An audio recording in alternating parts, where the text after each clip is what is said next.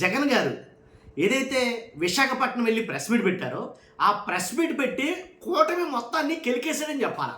ఒక్క మాటలో single statement, కూటమి మొత్తాన్ని కెలికేశాడని చెప్పాలా. ఎలా అంటే నారా లోకేష్ గారు వెళ్ళారు, ఎవరైతే బాధితులు ఉన్నారో వాళ్ళని పరామర్శించడానికి. పవన్ కళ్యాణ్ గారు వెళ్ళారు, కానీ వాళ్ళు మాట్లాడింది ఏదైతే ఉందో తప్పుగా మాట్లాడడం. నారా లోకేష్ గారు అయితే సీరియస్ అవడం, ఏంటి మీ ఇళ్ళలో ఎవరో చనిపోలేదుగా, ఏంటి చనిపోయింది 8 మందేగా, ఇలా మాట్లాడడం. కాబట్టి కోపంతో ఊగిపోవడం, ఇలా చేయడం వల్ల చంద్రబాబు నాయుడు గారు సుపుత్రుడు అని ప్రారంభించాడు జగన్మోహన్ రెడ్డి గారు. చంద్రబాబు నాయుడు గారు సుపుత్రుడు అనేటువంటి నారా లోకేష్ గారు, ఏంటి మీరు మాట్లాడుతుంది ఏంటి, ఆయన మాట్లాడింది నువ్వు ఇచ్చేదేంటి బోడీ, అది కేంద్ర ప్రభుత్వం రాష్ట్ర ప్రభుత్వం ఇన్సూరెన్సులు ఇన్సెంట్ అన్నీ కలుపుకుని వచ్చేదే.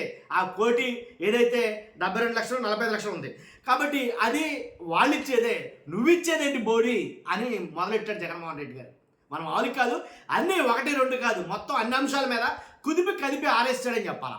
ఏదైతే పవన్ కళ్యాణ్ గారు జగన్మోహన్ రెడ్డి గారి హయాంలో స్టీల్ ప్లాంట్ని అమ్మేయడానికి చూశారు, అమ్మేయాలనుకున్నారో నేను కూర్చుని ఆపాను అని ఏవైతే కొన్ని దారుణమైనటువంటి వ్యాఖ్యలు చేశారో దాన్ని గుర్తు చేస్తూ జగన్మోహన్ రెడ్డి గారు పవన్ కళ్యాణ్ గారు మాట్లాడిన మాటలు గుర్తు చేస్తూ కొన్ని వ్యాఖ్యలు చేశాడు.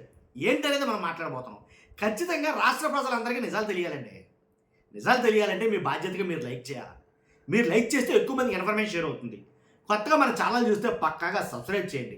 మీ అమూల్యమైన అభిప్రాయాన్ని కామెంట్ రూపంలో తెలియజేయండి. దీని మీద కామెంట్ చేయండి. ఏంటంటే కనుక ఏదైతే జగన్ గారి హయాంలో 28,000 మంది కార్మికులు ఉండేవారు ఉక్కు కర్మాగారంలో, 28,000 మంది జగన్ గారి హయాంలో. ఈరోజు 16,000 మంది. ఎంత దారుణమైన పరిస్థితి చూడండి, 16,000 మందికి పడిపోయింది. కాబట్టి అంతేకాదు కరెంటు బిల్లులు పెంచేశారు, బోనస్లు లేవు, ఇన్సెంటివ్ లేవు, క్వార్టర్స్లో ఒక్కటి కాదు చాలా ఇబ్బందులు అయితే పడుతున్నారు వాళ్ళు. వాటన్నిటినీ పైకి చెప్పి మరి ప్రెస్ మీట్లో చెప్పి మరి దులిపేశాడు జగన్మోహన్ రెడ్డి గారు. దాంట్లో ఎలాంటి డౌట్ లేదు. కాబట్టి మీరు ఇచ్చేదని పోటీ స్టీల్ ప్లాంట్ కేంద్ర ప్రభుత్వం అన్నీ కలిపి 1,72 లక్షలు వాళ్ళకని ఇచ్చింది, మీరు ఇచ్చినట్టు ఏంటి అని కొన్ని వ్యాఖ్యలు అయితే చేయడం జరిగింది. కాబట్టి అంతేకాదు 2029 మార్చి 9న ప్రధానమంత్రికి లేఖ రాసింది నేను. ఏమని? స్టీల్ ప్లాంట్ని ప్రైవేటీకరణ చేయొద్దు.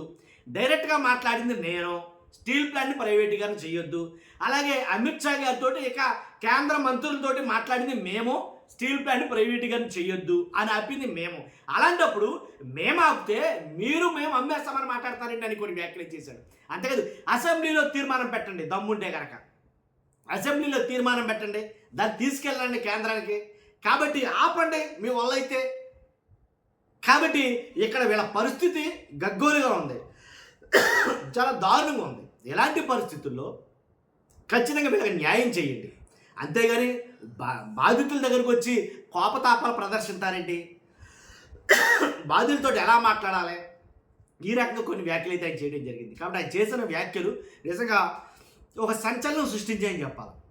అందులోనూ ఆయన కూడా వచ్చిన జనం మామూలుగా రాలా. కాబట్టి ఇవన్నీ చూసుకుంటే కనుక నాకు ఎందుకు అలా అనిపించింది. అంతేకాదు జగన్మోహన్ రెడ్డి గారు ఇంకా చాలా వ్యాఖ్యలు చేశారండి. ఎవరైతే ఒక బాధితులు వాళ్ళకి న్యాయం జరగలేదో, తండ్రి చనిపోతే 2025లో చనిపోతే ఇప్పటివరకు 14 నెలలు సుమారు అనుకుంటా, కానీ ఇప్పటివరకు న్యాయం చేయాలి.